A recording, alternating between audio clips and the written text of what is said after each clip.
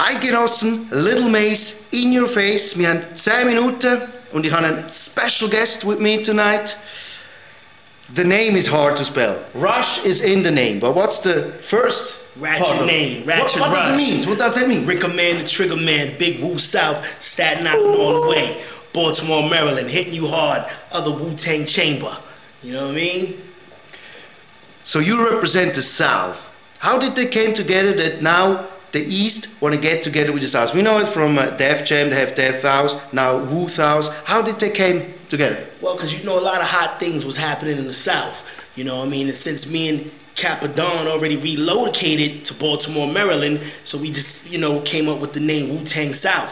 And we put that together and we formed like the hottest down south dudes that we can get on some underground that's symbolic to Wu-Tang and not that down south, that old commercial shit, like real hardcore, gritty down south, down dirty Cadillac, low bottom niggas, you know what I mean? And that's what we came up with Wu South, you know what I mean? But hey, we hear a lot that the Wu members right now, all the guys, they have a little problem with each other, so it's a chaos crew. Why you want to get into a chaos crew and make more chaos? Or you try to put the little family together more? Well, we putting the family get together, but you know, in New York is just chaotic. Anywhere you go in New York City, everything is chaotic. Whether it's family or whatever, everything, it's always chaos in New York City. But we still family, we still down together, we still roll with each other. You know, when there's problems, even though it might be chaos or whatever, we still right there. We form together like Voltron and handle the job and get it done. But you know, everything is still good though. The clan is still doing what they got to do. Everybody just on their own right now and venturing out and making that money and all that as separate individuals. You know what I mean? But it's still good though. You know. But I believe you have to have a certain attitude to be a Wu member. Tell me a little about your presence, where you born, where you coming from, and how do you get into hip hop, and of course being a fan of Wu-Tang Clan since the beginning. All right, well, I'm from Staten Island. We was all raised together. Me, Deck, Meth, Ray. We all went to Newdorf High School together. You know what I mean? When we cut class and left out to run uptown to go buy drugs, we all robbed together. We all stole together and all of that. Matter of fact, me and Deck first bid, we got locked up together. You know what I mean? We ride in the stolen car, and the police get behind us, and Deck pull over like we like we legit. You know, Deck inspector pulled over like, I'm like, yo, why you pulling over, son? Be out. What? We break for a minute. We have a telephone. We want to know what's on the telephone. Who is it? Talk to us. Unknown caller. I don't know who it is. Yo, what up? Who's this? Who? Son, yo. Who Eric? I don't know who Eric is. Hold on. Somebody bring it out. Give me a minute. I'm doing an interview. What? So who is this Eric? It's not Eric Sermon? Nah. That's actually Keith Murray manager Eric. Eric, he outside. He need the keys to the whip. Who got the keys to my Beamer? We don't have it. We're right here in your face with Little Mace. 3 minutes, 30 seconds. We have another 7 minutes to go. So let's get. Face like makeup. That's man. right. What? Let's go back to up close and personal. What's going on? What's the next? What you got for me? Still, how you grew up? So you were school. Yeah. So we was stealing. You know what I mean? We was robbing. We went to hustling and all of that, and we all used to hustle out of 160, 260, 240, all up and down Park Hill Ave. You know what I mean? My first, you know, me and Raekwon had beef because I robbed his crack spot one day. You know what I mean? Ran up in that joint and robbed it. So Ray used to work for Power, so they tried to roll up on me, and we got into our scuffle and everything like that. So, you know, for a while we had a little animosity, me and Raekwon, because, you know, that little robbery incident, niggas felt like I violated them because I stuck their spot up. But, you know, that's how it is in the hood, you know what I mean? It's either kill or be killed, man. Either give me mines or I got to take mines. You know what I mean? So it just went into that chamber. So for a couple of years, even though after the clan formed and we was together, me and Ray still wasn't talking. We'd be on the same tour, but we wouldn't even talk. You know what I mean? But then after a while, he came to me. We was like grown men and was like, yo, listen, man, we grown men. We got kids, grown kids now. We gonna squash all of that. You know what I mean? All that's dead and gone. That was adolescent shit. Let's carry ourselves like grown men now. So, you know. But I've been with them since the beginning, man. Since way before the Clan first came out. Back when me and Inspector Deck used to be just a group. When Mercury, God rest his soul, rest in peace, from the Force and D's used to manage us. Me and Inspector was a group or whatever. And I remember we had our first show. And Inspector froze up. It's crazy. Inspector Deck, you know now, who on stage killing him, he froze up. He didn't even want to perform. He's like, yo, nah, I'm not going up there. I'm like, oh shit, yo, it's our time to shine. He didn't want to go up there. We had Rizzo was in the crowd. That's when he was Rakim. Method Man was in the crowd. That's when he was Shaquan, U-God. Everybody was in the crowd. But you know, we didn't do what we had to do. But it's still good because now look at we. You know, one of the most famous rap groups in the world, touring the nation and everything.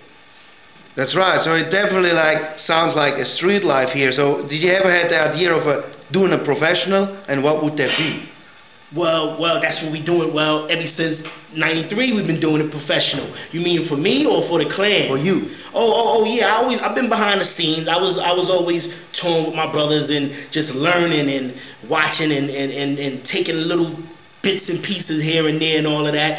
And you know what I mean. And it's like, now it's my time to shine, you know what I mean? There's no ifs, ands, buts about it. It's my time to get mine and do mine. I want to step on I'm stepping on the forefront and showing the world what I got, and that's why I'm bringing that first single out with me and Busta Rhymes. You know, I've been getting a lot of love from the industry, and niggas in the industry been, you know, they recognize the realness and been, you know, they know I'm a real nigga, and that's how it is, you know? Real recognize real all the time. Well, now it gets interesting about what you're doing right now, but I want to know, when you were a kid, your parents, were they into this music already? Say, yeah, get the music thing, or what they want you to do? Oh, not at all, not at all. Even my mom's right now is flipping on me for being out here. Like, what you doing out there? You know, they be kidnapping people out there. You might not never come back. Like, Mom, I'm out here working, man. But nah, my mom was always a church woman. My pops, he never was in the game. I never knew the nigga. You know what I mean? I knew him every once in a while. He'd come through, but my pops was you know, Rolling Stone or whatever. So basically, Mom in the streets raised me, and in the hood and my niggas and all. That's what raised me to be the man that I am now. And I feel like if I didn't go through the things I went through when I was younger, I wouldn't be the strong man that I am now, to hold down my family, to have that, buy that house, to put them in and take care of them bills and everything, even while I'm out here walking my dogs. You know what I mean? But nah, my mother was always a church lady. She never was into this rap stuff and all of that. Even my music, she don't really listen to my music. She say it's too violent, it's too much cursing and all of that. But, you know, but it's still Mom. She still give me all the love and everything. I mean, the street talk is like this. What we say is true. What you say is true. And I see you still have the cross. So you still religion? What means that for you? Oh, of course. I still carry the armor of God. I keep the armor of God is in me. You know what I mean? And I pray and I fast all the time. You know what I mean? I pray every day, all day. You know what I mean? I'm protected by the Lord and all of that. You know what I mean? And it's a blessing to even be right here right now, to get on that plane and ride 8-9 hours to come here and still be healthy and doing what we doing. That's a blessing all in itself. Being in Switzerland for the first time, so that's nice. No, it's the third time. Okay, tell me about it. Third time. I toured out here twice with Cap already, Capadonna. So this is the third time by myself. Cap couldn't come, so, because of passport issues or whatever, he couldn't make it to this tour right here. So he getting his passport and everything together, but they called on Rush, like, yo, can you come through and hold it down with Keith Murray? And I was like, yeah, absolutely. Let's get the job done. Nice. We have 8 minutes 40. We have another 1.5 minutes. I would like to talk a little about hip-hop. How you see the changing of hip-hop from back in the days and now? Better or worse? Well, I think hip-hop is going through a 360-degree turn. We went from the hardcore to a lot of real music, R&B, dance, commercial, bullshit. You know what I mean? It's a lot of bullshit being put out right now. It's like you don't even have to have skills no more. If you got a nice little track and a nice little hook, you can get up there and babble any fucking thing with your cat in the hat rhymes and you'll be platinum. So it's like, but I feel like the hardness is coming right back around now. And the real hip-hop is coming right back. It's revolving. All that sucker MC shit is getting ready to go out the door, and it's coming right back around to that real shit. Word. We have the real right here. Suckers, go. Yeah. We don't want you.